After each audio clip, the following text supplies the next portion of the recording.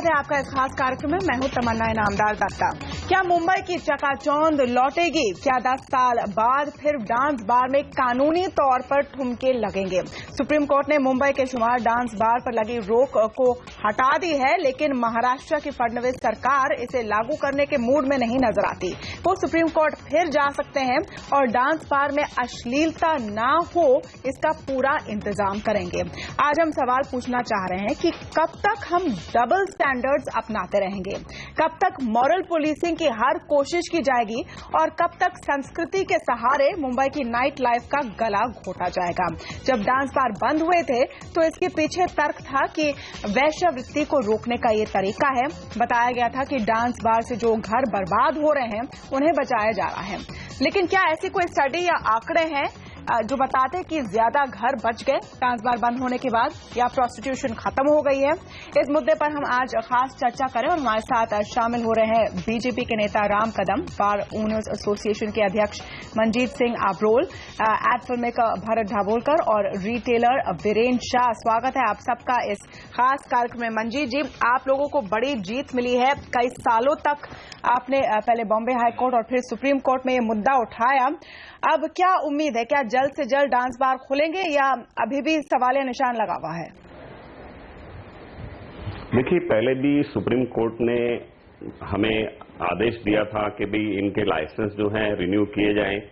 हम लोग अथॉरिटी को अप्रोच किए, मुंबई पुलिस को अपनी एप्लीकेशंस दी रिन्यूअल की, लेकिन वो हुआ नहीं, उन्होंने रिन्यू नहीं किया। फिर जिस वजह से हमने कंटेम्प्ट ऑफ सुप्रीम कोर्ट भी डाला और आज जो फाइनल ऑर्डर हुआ है कि भाई इस तरह से ये डांस बार को रिलीफ मिली है और जो इन लोगों ने 3 स्टार, 4 स्टार और 5 स्टार को भी बैन कर दिया था, उस सबको मिला के ये बैन हटा दिया गया है। और हम अभी जो हमारे जो अथॉरिटी, जो हमारे एडवोकेट्स दिल्ली से आएंगे, तो हम लोग अपनी अपील करेंगे दोबारा राइटिंग में कि भी हमारे जो लाइसेंस के अंदर से डांस बार वर्ड डिलीट किया था वो उस एग्जिस्टिंग लाइसेंस के अंदर उसको फिर से इंडोर्स करें। जी, वीरेंद्र शाह, इसके बाद जो बयान आए हैं सरकार की तरफ से उसमें एक है कि हमें जो कहा गया सुप्रीम कोर्ट की तरफ से, और हक है ये देखने के लिए कि अश्लीलता ना हो।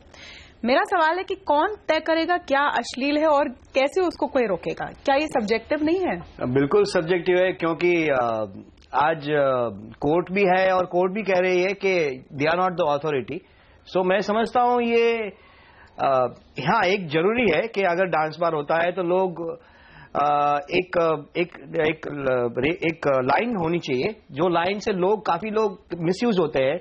जैसे कि डांस बार में एक स्टेज होता है, स्टेज पे कोई डांस करते हैं और लोग देखते हैं, जैसे आप अब्रॉड में देखते हैं डांस बार है, ऑल दे आर लीगल है।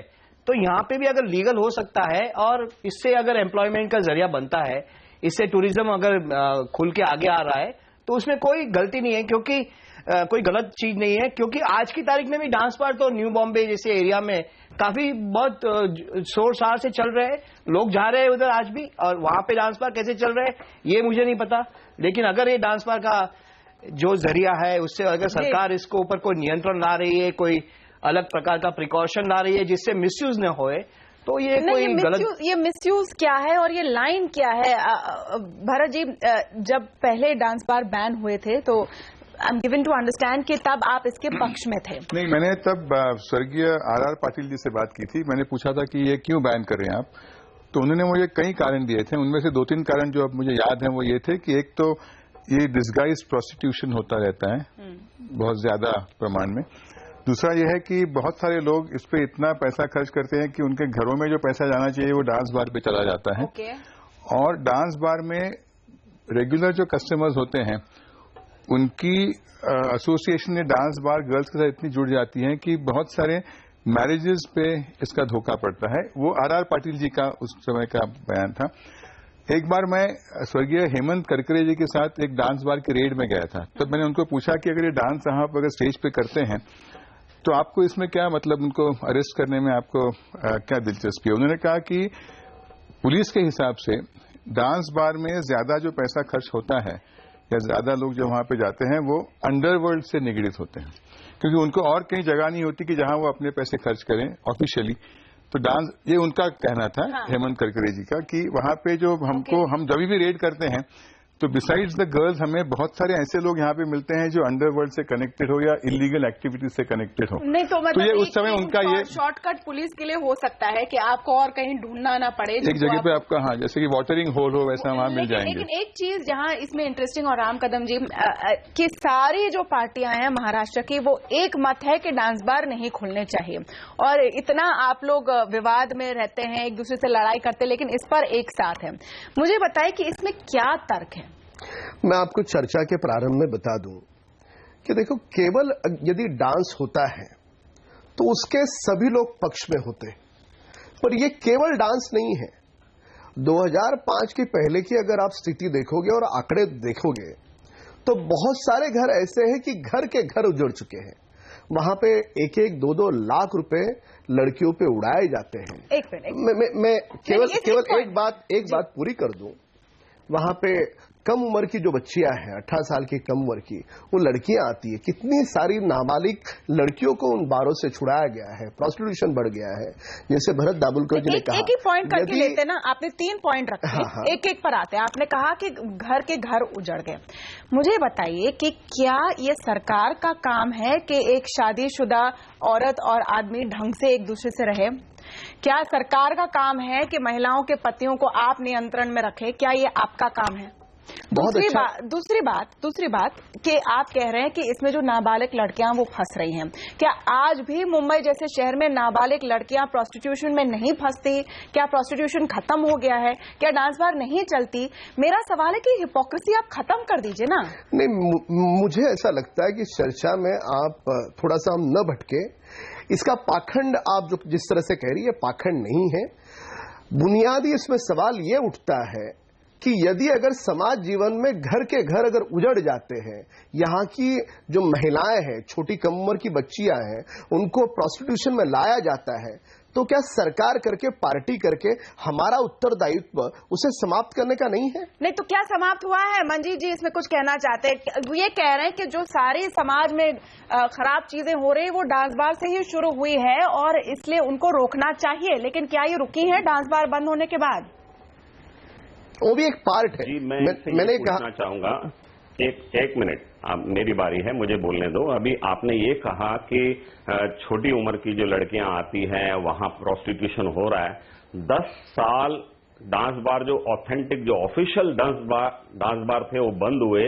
आप आउटस्कर्ट में चले जाइए, न्यू मुंबई इधर वगैरह वगैरह, आज पुलिस क्या कर रही है और आपकी जो पॉलिटिकल उधर के लोग हैं वो क्या करते हैं? पूरा के पूरे ब्रॉथल उधर चलते हैं। वो ब्रॉथल बंद कराने चाहिए थे ना। जो तो एक्चुअली डांस बार है वो बंद करा दिए, जो रियल एंटरटेनमेंट वाले थे। जहां प्रोस्टिट्यूशन होता है वो तो बंद ही नहीं हुआ आज तक। उनको तो पूरा पुलिस का संरक्षण है। दूसरे हमारे एक मित्र ने अभी कहा था कि यहां पर जाकर लाखों रुपए उड़ाते हैं या क्रिमिनल लोग जाके डांस बार में बैठते हैं। अगर क्रिमिनल लोग डांस बार में बैठते हैं, उसमें से कोई अगर बैठता भी होगा, तो क्या क्रिमिनल लोग अगर फैमिली रेस्टोरेंट में परमिट रूम में जाके बैठते तो वो भी बंद करा दोगे? और क्रिमिनल लोगों ने अगर कोई इस तरह की कारें खरीदी हैं तो आप कार एजेंसी को बंद करा दोगे? ये काम हमारा नहीं है होटल वालों का देखने के लिए कि कौन क्रिमिनल है और कौन सफेद पोश है। उसका कंट्रोल तो पुलिस ने करना है। बाकी कम उम्र की लड़कियों को, ये एक्चुअली एक बहाना है भारत जी, ये एक बहाना है मॉरल पुलिसिंग करने का। और ये ऑन द राइट साइड है वोट बैंक को अगर देखें कि हम इसके खिलाफ है, हम घरों को बचा रहे हैं, हम संस्कृति के साथ हैं। इनमें इन्वॉल्वमेंट सबसे ज्यादा नेताओं की नहीं होती? नहीं, that is a different point altogether. अगर जो बार चलते हैं, जैसे इन्होंने कहा कि बंबई के बाहर जो आउटस्कर्ट पे जो बात चल रहे हैं उन्हें बंद करना, ये तो पुलिस का काम है या गवर्नमेंट का काम है, ये तो सही बात है। लेकिन जो सिटी के अंदर हैं, तो इन्होंने अभी बात कही कि अगर इनमें से इनके पास कोई आंकड़े हो, see we are discussing in the air, हमारे पास कोई रिसर्च नहीं है, आपके पास कोई रिसर्च नहीं है। अगर इनके पास कोई रिसर्च है, नहीं, ऐसे होने के बाद ऐसे हुआ था, हर लोगों को पता है। उस समय कहा था कि हमारे पास फिगर्स हैं, उन्होंने कहा था कि मेरे पास फिगर्स हैं, हमारे पास, भरत जी आप जानते नहीं हो कि हमारे पास हर रोज शिकायतें आती हैं औरतों से कि प्लीज ये बंद कर दीजिए, हमारे घर में ये प्रॉब्लम हो रहा है। तो उनके पास मैं आपको बीच में केवल इतना ही व्यत्यय करूंगा कि जो आंकड़ों की बात भरत जी ने कही, आंकड़ों में ऐसा है कि 2002 से 2005 के दौरान कुछ आंकड़े लिए थे, उसमें 20,000 से अधिक केसेस इस प्रकार की जो मैंने कहे आपको, उस प्रकार की केसेस पुलिस स्टेशन में दर्ज हुई है। विषय यह है किसी के व्यापार के विरोध में कोई सरकार, कोई पार्टी हो नहीं सकती।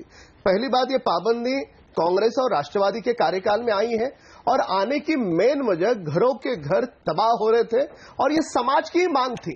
आप लोग यदि हमने पूर्ण रूप से समर्थन किया था और अभी भी हम चाहेंगे कि ये जो निर्णय आया है, इस निर्णय का सम्मान करते हुए इसके अंदर कुछ कमियां रह गई हैं तो उन कमियों को दूर करके फिर से पाबंदी कैसे लाई जा सकती है समाज के हित में। पाबंदी लाएंगे या पाबंदी हटाने को आप तैयार है? क्योंकि कोर्ट यही कह रही है कि पाबंदी हटाइए। इसमें ऐसा नहीं हुआ है कि कल के कल डांस बार शुरू हो जाएंगे। इसके अंदर ये इंटरिम ऑर्डर है, इसके अंदर अभी वो पूरी जो जजमेंट है उसको हम उसकी समीक्षा करेंगे। समीक्षा करके पर एक बात निश्चित है, समाज जीवन में अभी भी जो घर के घर, मैं फिर से आपको कहूंगा, इस डांस बार के कारण जो उजड़ रहे हैं उसे बचाना बहुत आवश्यक है। घर के घर अल्कोहल की वजह से बर्बाद हो जाते हैं। यहाँ पर जो हूच होती है वो पीकर लोग मर जाते हैं, 100, 150, 200 लोग। बहुत सारी चीजें होती हैं। आप किस घर में जाकर किस फैमिली को आप बचाएंगे? तमन्ना जी, आपका क्या कहना है? डांस बार चलना चाहिए?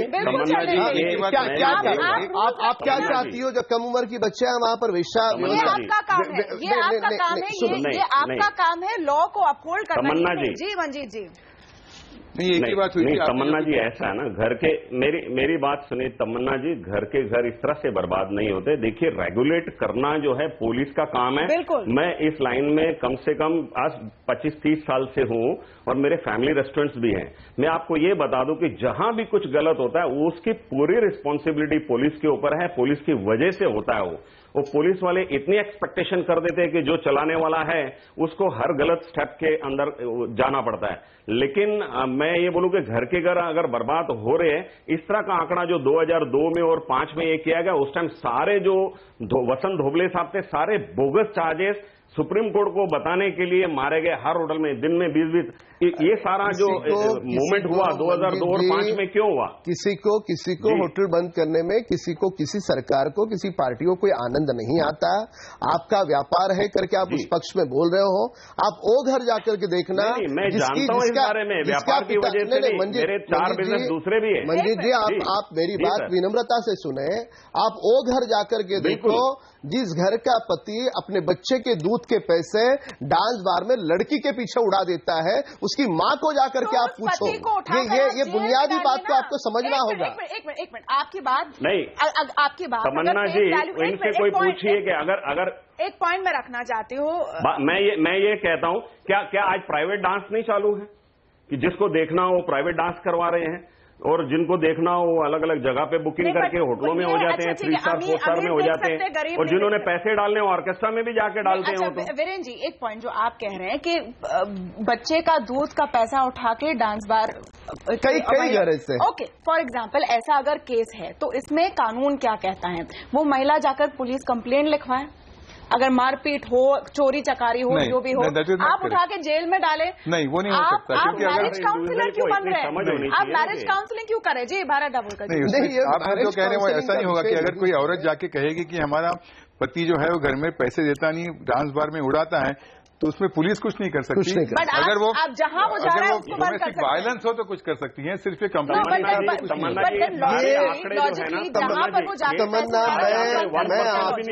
मैं आपको बता, let's stop the places where they can, उनको जो यहाँ पे जो सुविधा मिलती है कि भारत जी, आप पैसे कहीं भी उड़ा सकते हो, आप मॉल में उड़ा सकते हो, आप रेस्टोरेंट में उड़ा सकते हो, आप क्रूज बुक करके जा सकते हो। अगर कोई अपना घर नहीं चला रहा है, इसमें अश्लीलता और जो ये सारे जो आंकड़े हैं ना 1% भी नहीं होंगे इनके पास, 1% भी जो गेस्ट है ना। आप एक बात बताएं मुझे, मंजीत जी और तमन्ना दोनों भी आप बात बताएं, क्योंकि दोनों आप ये डांस बार शुरू हो इस पक्ष में हो। मैं इस पक्ष में हूँ। एक मिनट, लेट मी क्लैरिफाई। पक्ष में नहीं, इनका बिजनेस है, मेरा वो इंटरेस्ट नहीं है जो इनका है, because he is talking about his business. मैं ये कह रही हूँ कि जो हिपोक्रेसी है, जो डबल स्टैंडर्ड्स है, वो मुंबई में खत्म। वही मैं पूछ रहा हूँ, क्या हिपोक्रेसी है? सब कुछ चलता है इस शहर में, हर जगह चलता है, सबको पता है। लेकिन डांस बार को हम बंद करेंगे दिखाने के लिए कि हम बचा रहे हैं। तमन्ना जी, तमन्ना जी एक वेरी इंपॉर्टेंट बात पूछूं। एक छोटा सा ब्रेक मुझे लेना ही पड़ेगा। मंजीत जी आप लौट के पूछिए, एक छोटा सा ब्रेक लेना होगा, आप लौट के पूछिए, हम लौट रहे हैं जल्द। जी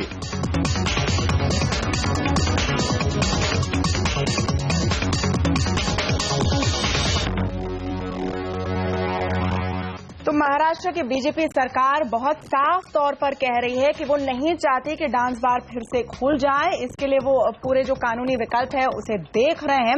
इसके साथ ही राम कदम जी, यहां पर कहा गया है कि अश्लीलता को देखने का, उस पर काबू करने का हक है लाइसेंसिंग अथॉरिटी को। मेरा बस आपसे सवाल है कि कौन तय करेगा क्या चीज अश्लील है, क्योंकि यहां हम चार बैठे हैं, शायद हम चारों का नजरिया अलग अलग हो कि एक चीज अश्लील है या नहीं। नहीं, ऐसा है कि केवल अश्लीलता एक विषय नहीं है। इसके साथ, जैसे मैंने बीच में अपनी बात हो रही थी, इसके साथ बहुत सारे विषय जुड़े हैं। अश्लीलता है, कम उम्र के बच्चे जाते हैं, कम उम्र की लड़कियां हैं, उसके बाद जैसे मैंने कहा कि पूरा आदमी काम दाम छोड़ करके उसी के पीछे पड़ जाता है। इसकी वजह से देश की जो नौजवान पीढ़ी है, तो एक पूरी की पूरी नस्ल इसमें खत्म हो रही थी। और इस नस्ल को यदि हम बचाते हैं, लॉजिकली देखिए आप क्या कह रहे हैं, लॉजिकली देखिए आप कह रहे हैं कि सरकार अब मम्मी पापा और सरकार तीनों बच्चे को देखेंगे और उस नौजवान को सही रास्ते पर लाएंगे। आप लोगों का जो काम है आप वो कीजिए ना, आप लॉ एंड ऑर्डर प्रोवाइड कीजिए, आप एम्प्लॉयमेंट बढ़ाइए, आप मौके दीजिए लोगों को। पहली बात तो मैं आपको बता दूं, मतलब ये जो निर्णय है, ये निर्णय कांग्रेस के काल का है और उस समय सभी का समर्थन था। सुने मेरी बात, सभी का समर्थन था। अब जो इसको सुप्रीम कोर्ट ने उसको रोक लगाई है, उसकी हम समीक्षा करेंगे। पर एक हाई सोसाइटी के बाद आप 2 मिनट के लिए छोड़ दो, पर जो झुग्गी झोपड़ी में रहते हैं, जो गरीब तबका है, उनकी मन की बात पूछो।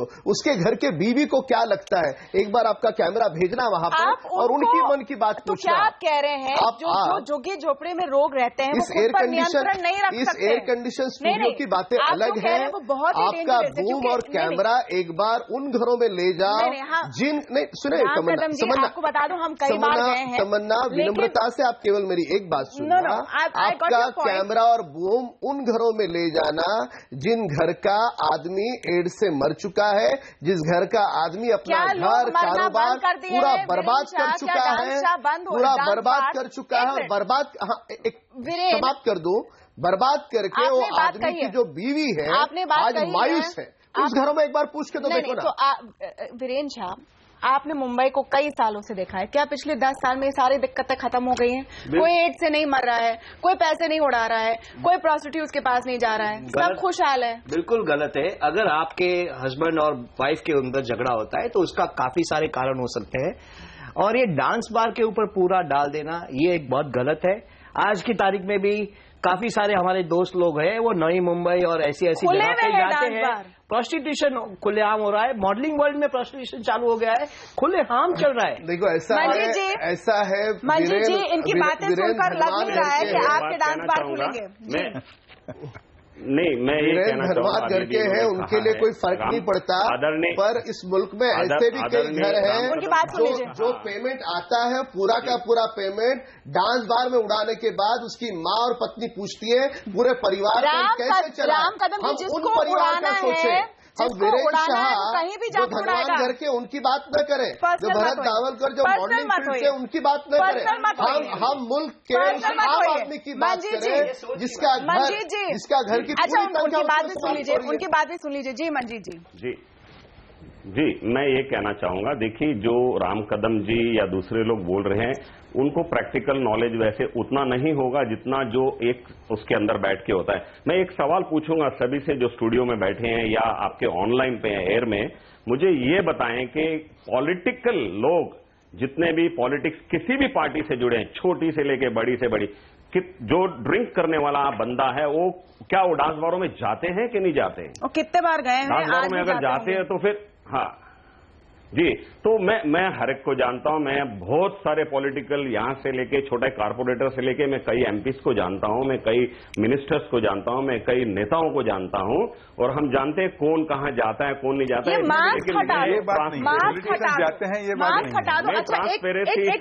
ट्रांसपेरेंसी से राम कदम जी एक चीज बताइए, और भारत दापोलकर आप ये क्या एक अपॉर्चुनिटी नहीं है कि आप जिस तरह से डांस बार थे 10 साल पहले, जमाना बदल गया है 10 साल में, आप नए अवतार में उनको खोले, उनको अपग्रेड करें, वर्ल्ड क्लास एंटरटेनमेंट का एक जरिया बनाए, उनमें जो औरतें काम करती, महिलाएं काम करती, उनको सेफ्टी दे।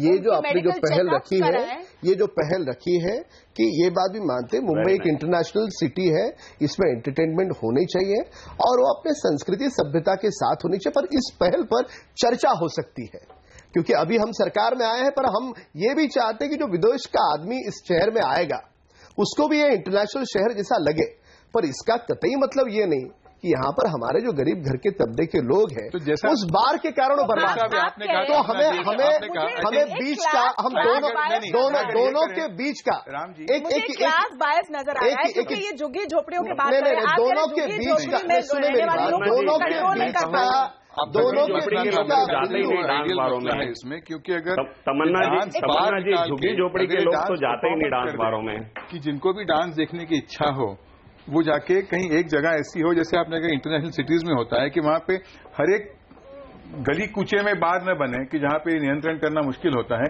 ऐसी जगह बनाए गवर्नमेंट की जहां पे ये डांस बार नहीं, डांस परफॉर्मेंसेस होते हैं, जहां बाहर खाना खा सकते हैं, शराब पी सकते हैं, लेकिन अंदर आके जब परफॉर्मेंस देखते हैं that then become the decent preposition.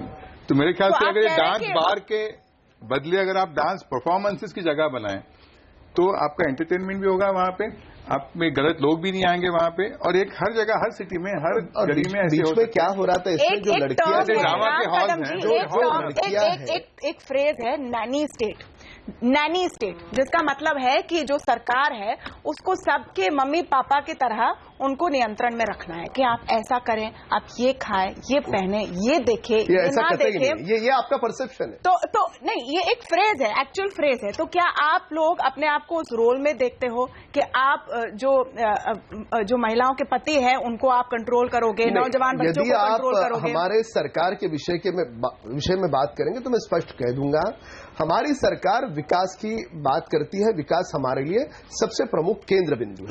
अब ये सम्माननीय न्यायालय का आदेश है तो उस हिसाब से, और ये पहले से चल रहा है, ये गत 10 वर्षों की लड़ाई है, तो इसके लिए ये कोई हमने नए से शुरू नहीं किया। लड़ाई खत्म करने का मौका है, लड़ाई खत्म करने का मौका है, डांस बार की जो खराब रेप्यूटेशन है उसको बदलने का मौका है। और मंजीत जी, ये जो हमारा यहाँ पर सुझाव था कि उनको अपग्रेड कीजिए ना डांस बार को, 10 साल बहुत बीत चुके हैं। जी मैं ये कहना चाहता हूँ कि एक रेगुलेट करें, और अभी आपके स्टूडियो में एक सजेशन भी ये दी गई थी, मैं भी ये चाहता था कि आगे चल के अगर कोई जिस तरह से बांद्रा कुर्ला कॉम्प्लेक्स है, एक पूरा इस तरह का एरिया भी डेवलप किया जा सकता है जिसमें हजारों बार पूरे एक ही जगह पे हो और उसमें पब्लिक की कोई वो आना जाना ना हो, जिसको जाना है वहां जाके आ सकता है, एंटरटेनमेंट का एक एरिया भी सिलेक्ट किया जा सकता है। लेकिन आज से 30-40 साल पहले जो लाइसेंस दिए, स्लम में भी दिए हैं, कच्ची पक्की बिल्डिंगों में भी दिए हैं, अभी उनको आप बैन करने को जा रहे हो, तो रिव्यू करने का मौका है। और बस एक चीज कि जो लोगों के घर में झगड़ा है उनको खुद सुलझाने दीजिए।